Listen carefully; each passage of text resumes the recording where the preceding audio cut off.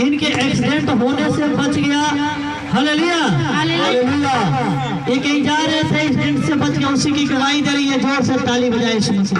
अब से ताली लगाई और प्रार्थना की तो इसका आंख का दर्द बिल्कुल ठीक हो गया। इसका चाहिए मेरे दिल को आधार चाहिए,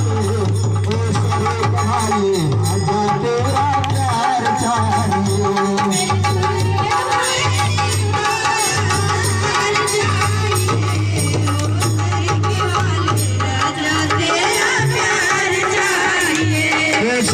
वाले राजा तेरा प्यार चाहिए,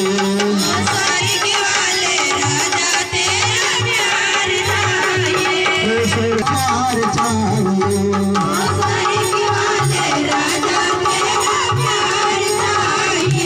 हालेलुया हालेलुया। लाज लागेला लाज लागेला भैया लाज लागेला, कहे जय मसीह बोले में लाज लागेला, जय मसीह बोले में लाज लागेला। जब बात करी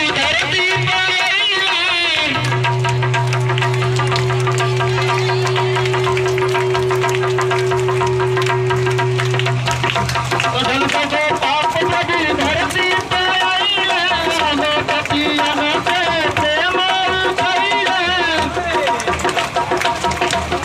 मामा जी आवाज साहब